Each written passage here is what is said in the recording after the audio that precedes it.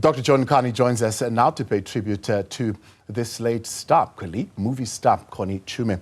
Dr. Kani, good evening, and thank you very much for your time. As you would sometimes put it, an African who is global, an African who cares, an African that gives has passed on. And sometimes, you know, we are not aware of how important the South African art and entertainment industry is until we lose an artist such as Connie Chiume. What's your reflection at this moment? Well, it's that of devastation. I was driving somewhere last night coming from a meeting, and I hear over the news that Connie Chiume has passed on.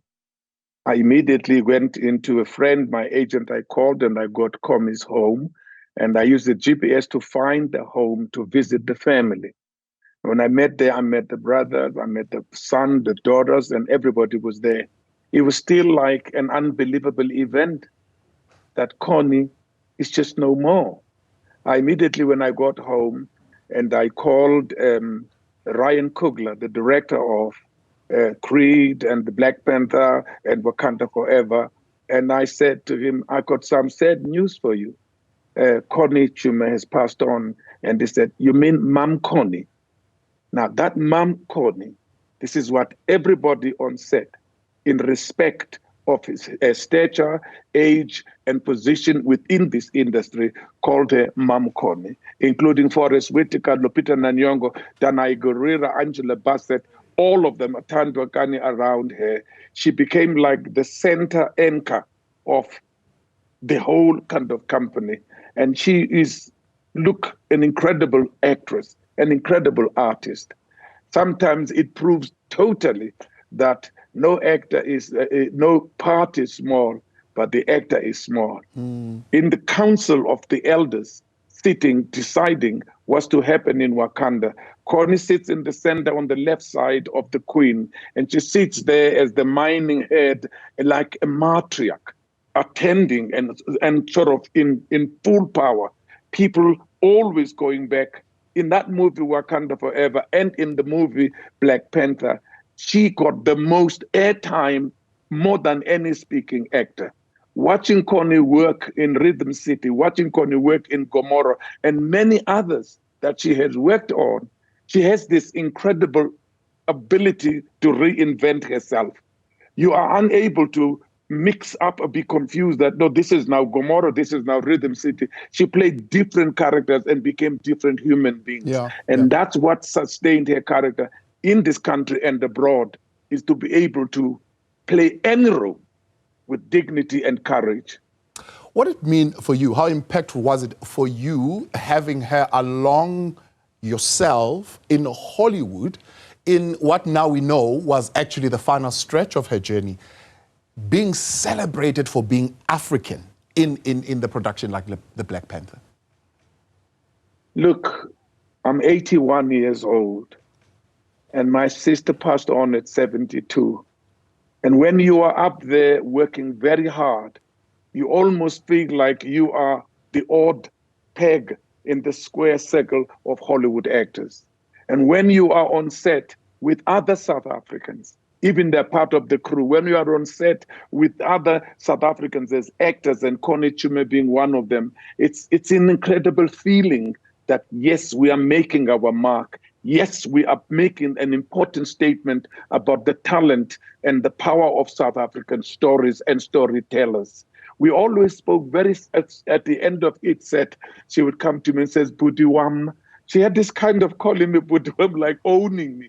Budiwam, what are we going to do with our industry at home? How are we going to build it? How are we going to make it so the commanding big productions like for instance, the Black Panther, like Wakanda? She would say, Putwam, we've got stories of our kingdoms, of our culture, of our tradition, of our history that would make Hollywood look like a Tarzan movie. When are we doing this? When are we writing these stories? Where are we finding this money? She would also talk about the conditions under which actors in this country work. She lamented the exploitation and outright disrespect of the craft, not only by producers and directors, but by the community at large. People seem to think of us that one day I'm going to find a job and say, I've now found a job, so I've stopped playing what I'm doing. I get people who come to me and says, Angaman, how do I get into this thing you're doing? Sure. That then informs what is it? What's the concept? And always we find ourselves in a situation of trying to prove ourselves constantly. But Connie was stable. Connie was a matriarch. Connie came on set and impacted on everybody and made everybody stand up. When we're about to work, Connie steps aside and says, can we run over that scene? Before even the director says so. Right. Connie would look at other actors on the set, especially the younger girls, with a look like, please, focus. Sure. Please, we come here to work and just to work and nothing else but just to work. And that was her own struggle and their own passion about a strong union that would protect work, interest, and the power of South African actors. And I wish the foundation and I wish all the younger actors and all of us can carry that passion, can carry that message that South Africa needs to make its mark in the international community. When I see Thuso Mbedu and when I see Umbata, Nomzamo, and I see other young actors, I know that they've been influenced by this great lady. I know when they see this great lady and all of us in these major movies abroad, they believe truly that I can do it too.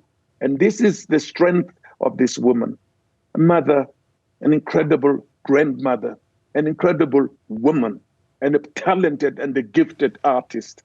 For me, it was really a pleasure to sit around and talk stories about what we used to do before the 1994, what we're doing post-1994, what we're going to do with this industry, what we're going to do with the young people, what we're going to do with this thing she hated most, celebrity. She'd say, I'm a working woman. I just want to tell stories.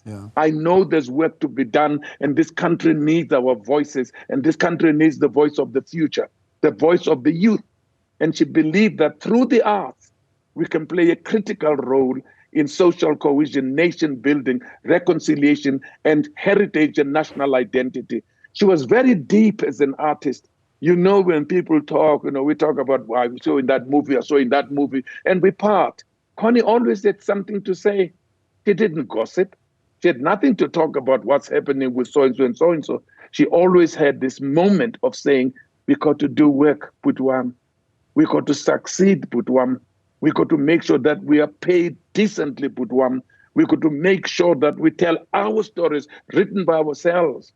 She truly believed that the South African story could be well told, well written, using the talent we have, and be bigger box office than Black Panther that made nearly $1.6 billion. We can, but we always strangled by a tiny little budget. A young man approached me, said, he's got this movie that Netflix is very interested. The budget is $2 million. I said, then where's my fee? Because the $2 million is my fee. So how are you going to do the movie? And this is exactly what is the sickness in our industry, so to speak, is being able to create miracles out of tiny little budgets. Sure. And yet we can do this. And I'm so sad to have lost such a colleague, such a sister. I just wanted to say, why didn't you tell Ubudwako that you're taking your final call? Sure. You're standing at the edge of the stage and you're going to do that final bow. The noise you are hearing, my brother, the people screaming and talking about Ukoni, saying we've missed, it's the round of applause for a great, great actor and a great humanist. Dr. John Kani, let me appreciate you. Thank you very much for spending this moment with us and this reflection, quite weighty and indeed going to remain as one of those we're going to reflect on even for days to come. We appreciate your time. Thank you for coming on. Thank you.